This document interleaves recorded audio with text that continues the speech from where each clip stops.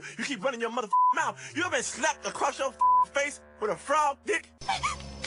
Hi there, DT here. Today we're going to answer the age-old question of, is the line between anime and hentai still there? If you want to know the answer to that question, stick around till the end. Let's get started. Is there a line between anime and hentai? The answer is yes, but it's actually not a line, more like a buffer zone known as the genre of ecchi. Ecchi is that special type of anime that exists between anime and hentai. It's not so much equal parts of both. One side is basically a regular everyday show with some ecchi elements. Sometimes it's ecchi for the sake of ecchi, something like Fire Force, where the ecchi is only there for the sake of fan service, and sometimes it even takes you out of the immersion of the show. So it's not really well executed, but I'm just saying Fire Force to make a point. It has really bad fan service, like one of the few shows that I was watching and I was like, I would be very happy if this show had less fan service. And on the other end, you have shows that heavily rely on the ecchi element to drive forward the plot, and I don't mean that kind of plot. I mean that they use the ecchi as a foundation for the story, and it is also a device used to push the plot forward. A show like High School DxD or Testament of Sisters, a good example of shows like that, where the show is heavily reliant on the ecchi elements, and not only for the sake of fan service, but as a device to move the story forward. Why does Issei have to poke tits every time he has to power up? I don't know. They could have changed that, but they didn't, and it's still a banger series. And using those shows as a reference, you can create a kind of spectrum of how ecchi a show is. So you'd have Fire Force on one side, High School DxD on the other, and somewhere in the middle you can put most shows that have ecchi elements or raunchy elements, or something that's steamy, something like Darling in the Franxx or Father of Sigma, or any other show that has even slight ecchi elements, or whether it is Prison School or something even raunchier. You can find where it fits on how ecchi a show is. Is the line between anime and hentai being erased? In actuality, it's not. It has always been there and it will always be there. The real question is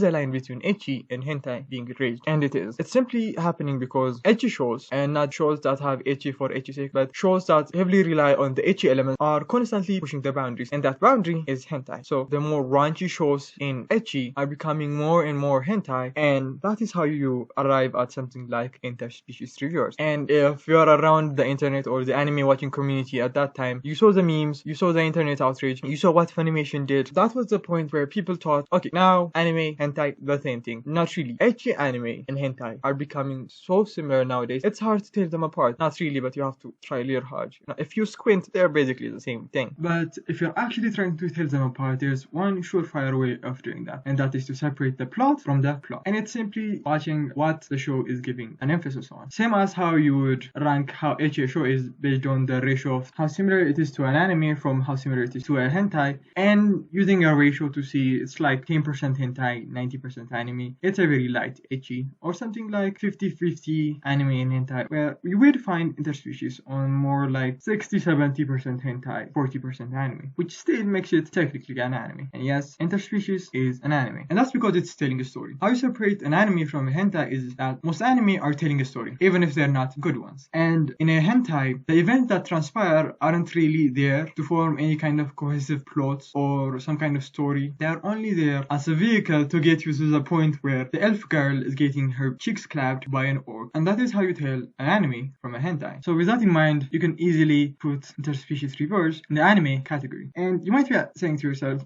story? What story? Interspecies reviewer is brothels as far as the eye can see, and the events that happen in the show are just to get them from point A to point B so they can get.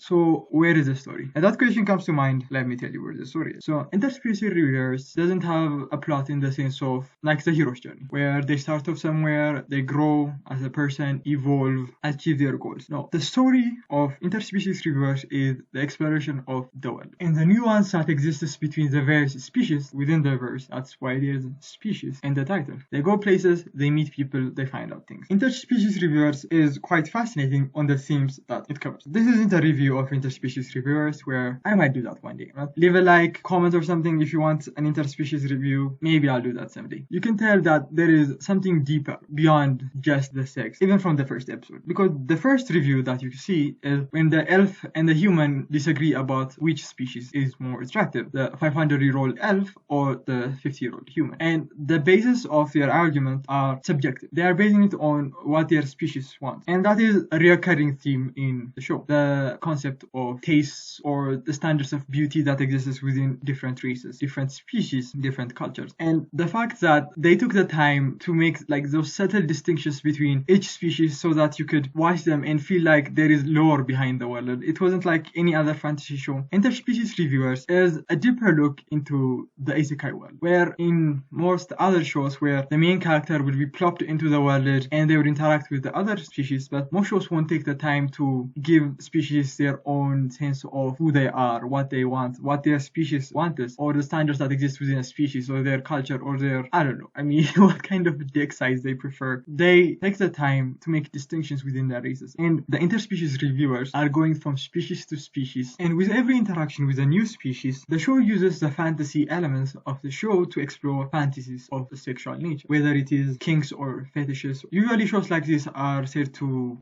appeals like the male fantasy. But the show uses the fantasy elements of the show to show a perspective of intimacy from a female viewpoint. They don't go that in depth into it, but at least you get a gender swap episode. And they explore various fantasies. Like there's a whole episode where the point of it was you can make your own person. I mean, they go to a brothel where you can build literally anybody you want with any physical type to spend the night with. Or the fantasies they play out, or the various kinks they explore, or when they live out the fantasy of spending 3 days with the perfect girl for you, experiencing that honeymoon phase of a relationship. The show explores various sexual desires, intimacy, kinks, and fantasies in a very charming and entertaining way. It's not very graphic or sexual how they explore it. It's often used as comedic relief, but it's quite entertaining to watch. And there's even an overarching theme that exists within 2 episodes, that being the second episode and 12th episode, that touches on the prejudice that exists with the world, where in fantasy world, it's usually demons and demon lords are seen as the villains. And during the show, you could see that most people don't have a positive viewpoint of demons. And you can see that play out from the second episode and the last episode, and what that discrimination does to the demons as a people, and the political goodwill that the interspecies reviewers reviewing the demons create for them. And even the final episode, a witch that is introduced in the 10th episode, during the episode where you get to spend 3 days with your dream girl, is interacting with the demon lord that lost the election. And they were talking about our world, and the demon lord was saying like he was interested in coming to our world, and she mentioned that there were actually people who are coming there getting isekai, and she wanted to go on a plane or something like that. And then the witch tells her about how condoms work, and the demon was like horrified by that concept, and she thought it was barbaric. And they even at the very end of the show, for no reason, managed to contrast the fantastical elements of the show with the reality of an isekai and how we fantasize about going there, but we don't really perceive the downsides of their world. In that way, even if it's not the deepest or the most in-depth insights into fantasy worlds and how they exist and the various species they go there, the fact that they even attempted to do that instead of just going full on ecchi for the sake of ecchi, nudity 90% of the time, no plot, the fact that they attempted to cover this broad range of topics within various themes that existed within episodes, they even threw in a little bit of are all women queens or ecchi brish ecchi taught. I mean, that show was like, they managed to cover a lot of ground in 12 episodes, and most themes were tackled decently. Some of them extremely well, some of them were weak, but most themes were nicely covered. As such, you can easily say that it was an anime. So with all that, we can summarily conclude that even though interspecies reviewers did blur the line between ecchi and hentai, it still remains an anime. So let's get to the show that actually erased the line completely. Okay, not that show, get that shit out of here. This show, Shikoku no Shaga, and it's actually a hentai. What a twist, right? Everybody was like, no, anime is going to cross over to hentai. But Shikoku no Shaga was like, nah, hentai is going to cross over to anime, bruh. And hentai is like an anime? Yes. And this is how that works. Imagine this. Shikoku no Shaga starts this. It only has 3 episodes, so it's not a lot to cover. First scene, you see the main girl standing atop of something that looks like a shrine, and the animation on that is just crisp. It's just magnificent. And it's not an anime on the merit of the animation, because there are other hentai that is animated well, but the fight scenes in this show are better than Escanor versus Miliaris. That's not saying much. So the show opens on this beautiful scene of the main girl, and you see that the show is set in 12th century country, Japan. So the show introduces a few of the characters that are going to be important later on in the show, and it skips over to the next scene, which is set in a forest, and you're watching some dude lost in a forest, kind of freaked out, scared, it's dark. Then he stumbles on a cabin, and he sees a very attractive woman walking by, and from how she was dressed and the fact that she lives in a shack,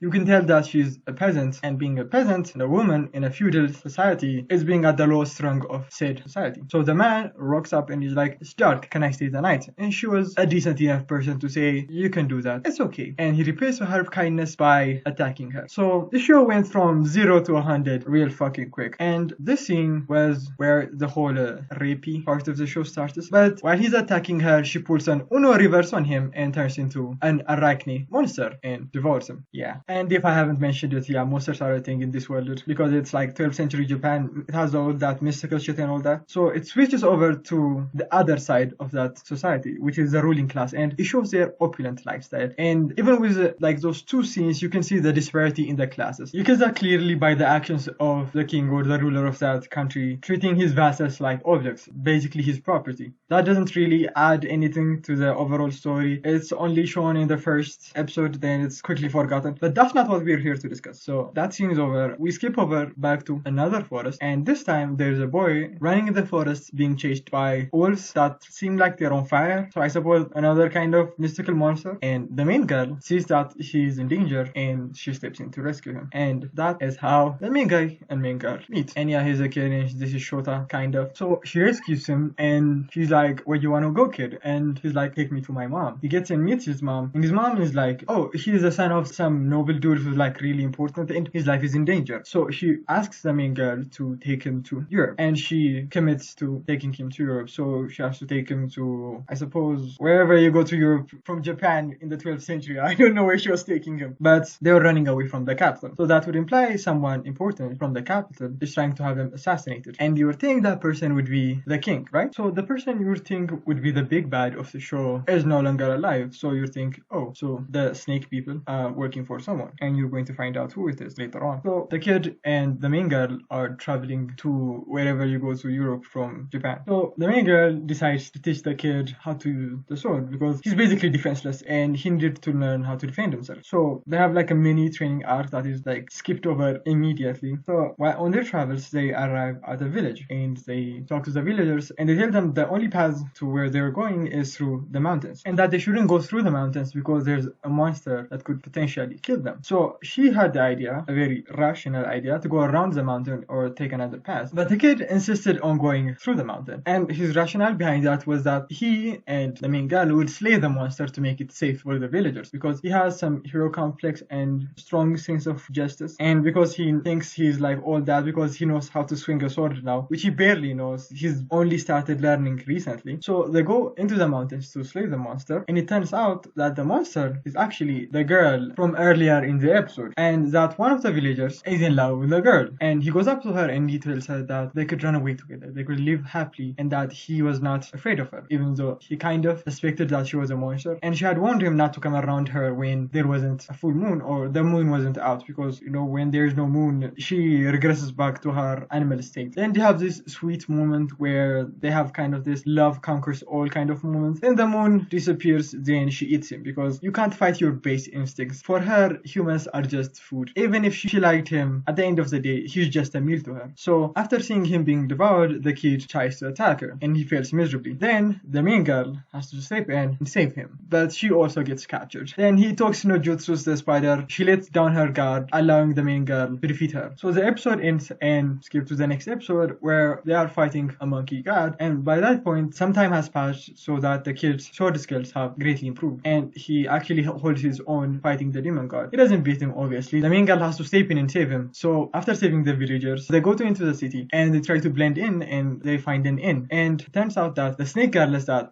offed the king are also in that city looking for the kid. And you see the pattern that the snake girls are going after the men or the people who control positions of power or those who are capable of rising to those positions of power. So while he's at the inn, he meets a guy who wants him to deliver a love letter for him, and when he goes to do that, he meets the daughter of the innkeeper, who turns out to be a monster girl, and she's like a cow person, and in that village's customs they are killed when they're born because their birth predicts calamity, because when they grow up they begin begin to prophesize, and the prophecies are mostly bad. So the love story plays out. She's shunned by the village, and her and the guy who loved her are thrown out of the village, and they go off on their own to live a happily life. That passes, and at the end of that episode, the main girl and the kid are leaving the village, and they crash at a kind of bamboo hut for a while, where the snake girl, one of the snake girls, finds him and attacks him, and the main girl has to step in to save him again. And after that, the snake girl takes a run for it, which prompts the main girl to chase her. And while she chases her, she follows her to her main hideout, where the actual big bad of the story is there. So that episode ends, and episode 3 is basically the main girl fighting the villain of the story. And the motivation of the villain is she wanted to control the country of Japan, and she wouldn't allow any other person to rule it. So people who are capable of rising to the position of power, of rulership, of the nobility or the emperor, they would be assassinated. And she is a mystical monster, the nine-tailed beast, and the seal that she was sealed with was weakening. So she was waiting until the seal broke so she could retake Japan. So in that time, she didn't want anybody else ruling in her stead. The main girl defeats the bad guy, and it's happily ever after. And you might be there thinking, so it's basically a story of some kid being chased by a villain, some protector figure walks in and they protect him, teach him how to defend himself, and they defeat the villain of the story. That's not really deep or actually even a good story, but it kind of is, and I'll explain why. But even on the merit of you perceiving the story as that, it's better than most things that are called anime. I mean, but the real thing about this show that really made me say that this actually was an anime is that the show was a love story. And you can see it from the first episode that the kid had a massive crush on the main girl, obviously. But why it's so wonderful to watch is because there is two things that stand in the way of their love, their romance. One, it's their age, obviously, because I mean, that's kind of jailbaity, but it's the 12th century. People did things different back then. The two things that are in the way of their romance are, one, that humans despise monsters, and two, that monsters or mystical beasts or anything else don't see humans as their equals. And you see that monsters don't think highly of humans in the second episode, where the snake only sees humans as a source of nutrition, and she basically kills all those who are not of any use to her. And even in the first episode, you see that even though that the spider lady really loved the guy, when it comes to it, for her, he was just food. And the second part is that humans hate monsters. And you can see that in the first episode, where the villagers were telling the kid and the main girl about the monster and them killing it. The guy that liked the spider girl was talking to them and asked them that if the girl in the mountains was actually a monster, that would they kill her? And the whole village pretty much is like, oh, of course, like if she's a monster, she deserves to die. They didn't even give her the chance to explain herself, or like, is she a monster? Is she a bad person? It literally was like, if something is a monster, they should be killed. And that is the same sentiment that exists in the second episode, when the villagers pretty much automatically assume that the innkeeper's daughter is a bad omen and that she should be killed on the spot. And they needed to overcome those barriers to be together. And the first steps they were taking to their romance was in the first episode, where after the spider girl killed her lover, the main girl assumed that the boy would be scared of her, and she tried to distance herself from him. But he told her that he adored her, despite that she was from a different species or race or whatever it is. In the second episode, you see that the hatred that humans have for monsters could be overcome with a bit of goodwill. When she defeats the monkey god and the villagers see that she's a monster, they became afraid of her because she's a monster and humans dislike monsters. But then the boy makes a compelling argument that she saved you, dude, like, be grateful. There's more to it. He talked to just them really good, and they became more accepting of her. And in the end, when they're like living happily ever after, they have a kid and they're living a pretty normal life in that era. And even though that most of it was done off camera, you know that how the story was set up for them to be together and living a happy, lovey-dovey life together, they needed to have overcome those things, even though it was done off cam.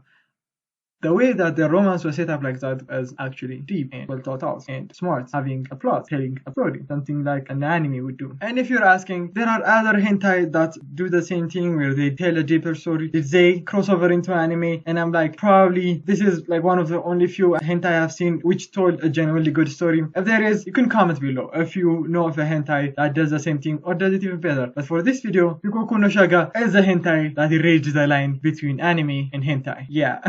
So finally, before ending with this video, let's get to the clickbait I used to get you to watch this video, if you watch this far. Radio of a Healer is self-indulgent, unnecessary garbage. Not unnecessary in the sense that it shouldn't have been made. If a studio wants to put their money behind a project, that's their right to do so. Unnecessary in the way that things are done, how the story unfolds. When the show was about to air, there was a lot of people who were going to say, oh god, people lost their shit over Goblin Slayer. Wait until they see what's going to happen in Radio of a Healer. And there were a lot of comparisons until the show started airing between Goblin Slayer, like the first few episodes of Goblin Slayer and Radio of a Healer. But that comparison is not fair to Goblin Slayer. Everything that happened in Goblin Slayer, although being edgy, was necessary to the story. The things that happen in Radio of a Healer, you could easily do without. And it's simply edgy rape fantasy for the sake of edgy rape fantasy. So how the Goblin Slayer series is structured is that it is the inverse of your typical fantasy world hero saves the world story, where the emphasis on the world is put on the main guy defeating the demon lord or saving the world or rescuing the princess. The story actually pivots into the life of an everyday average adventurer. You would think in a world like that the emphasis would be put on the main story, which you would assume would be how the demon lord is being slain, and parts of that are shown a few times within the story. But the main emphasis is on this small border village out in the frontier with just one guy who does something simple, and that is to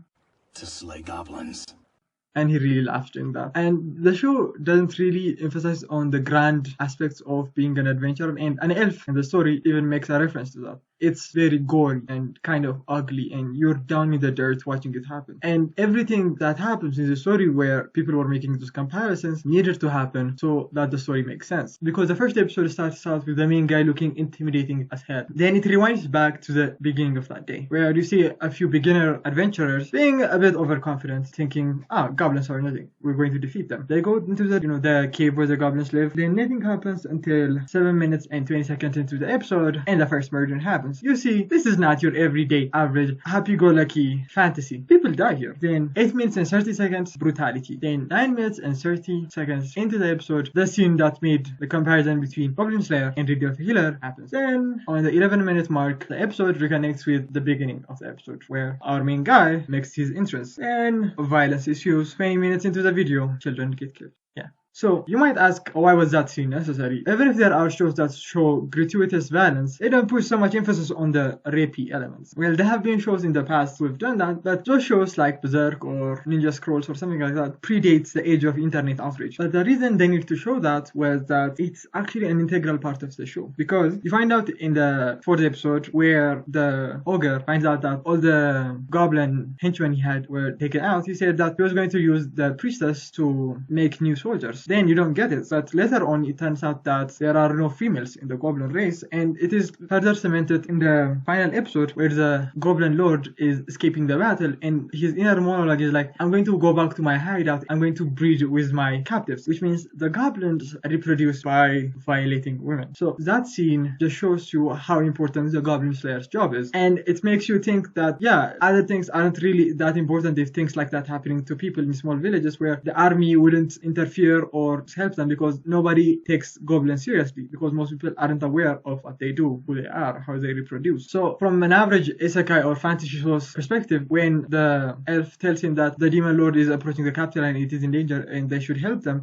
when he tells them that he doesn't really care, all he cares about is killing goblins, she gets upset, because her point of view is the average isekai viewers or the isekai protagonist view of the greater good. But he said that, I'm paraphrasing here, but he was like, even if the demon god or demon lord or whatever great threat there is to the world, they might destroy the world tomorrow, but the goblins are a threat today. And he's saying that because of his own personal experience, because he has seen what they're capable of doing. But you, as a viewer, would not have understood his point of view if you hadn't seen the first episode and how grotesque it was. That scene was very important for the entire series because it frames the experience of the show. But when it comes to Radio of a Healer, most of the things in the show could have been taken out because it doesn't make sense, because there are whole parts of the show you could take out and you'd have the same show or even a better show. And the scene that solidified that for me was in the second episode, what happened to him. And the reason they showed that was to emphasize how horrible his experiences was, but you already knew that from the flashbacks he was having in the first episode. You didn't really need a visual aid. And that second episode, what was happening to him, in all reality, it wasn't really to motivate him to want to take revenge on the princess, because everything he needed to take revenge on her had already happened. And it wasn't even visual aid for the audience, because they have already seen it happen in the first episode during his flashbacks. What was happening was they needed good justification for him and the wolf girl's relationship later on. Because if you paid attention, there's a line when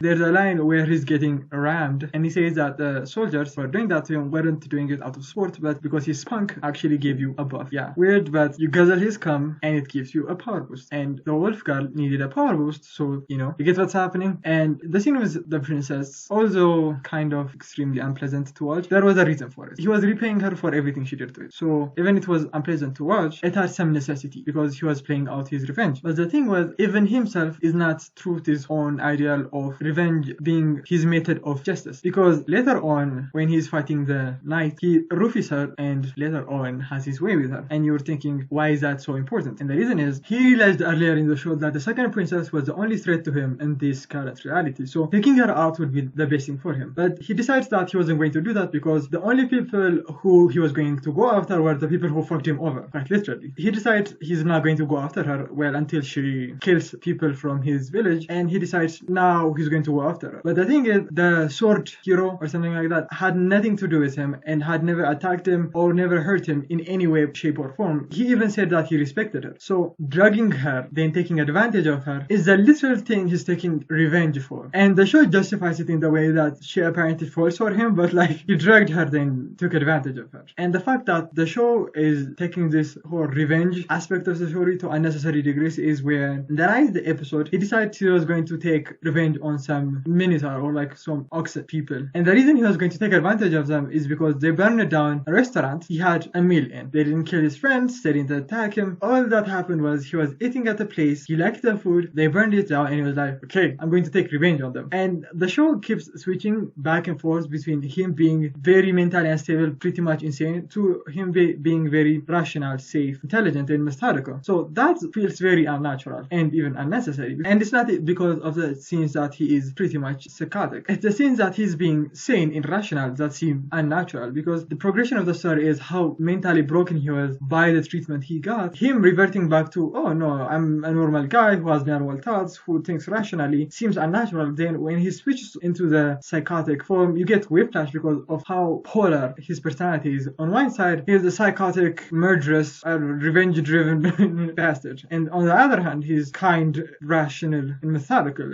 That doesn't work. And the show is pretty much a self-perpetuating cycle where he decides to take revenge on the princess, which gives the second princess reason to attack his village. And he has to take revenge on her. And luckily for him, he's with the blade, who also is the target of his revenge. And this story happens just because he doesn't plan anything. There is no forward thinking. He's not even driven by passion for revenge. He just goes about his life and look there, somebody take revenge on. In short, it's a bad anime. So now we have established that there are anime, hentai, ecchi, and in that we can separate it into good ecchi and bad ecchi. So instead of watching bad ecchi, you should watch a great hentai, because by the standards of both anime and hentai, Review of a Healer is garbage, the story is garbage, and the plot is garbage. And by the standards of hentai, like the whole gory elements of it, of like the whole revenge part of the show, it's not really that good in the sense of, I don't think any of that could be considered good in any sense of the word. But even people who are into that shit, the anime even copied out of doing everything that's in the manga. And by the standards of hentai, what goes on in Review of a Healer, if you're going to that extreme BDSM kind of route, the anime is kind of vanilla. So even by hentai standards, it's kind of trash. So watch hentai.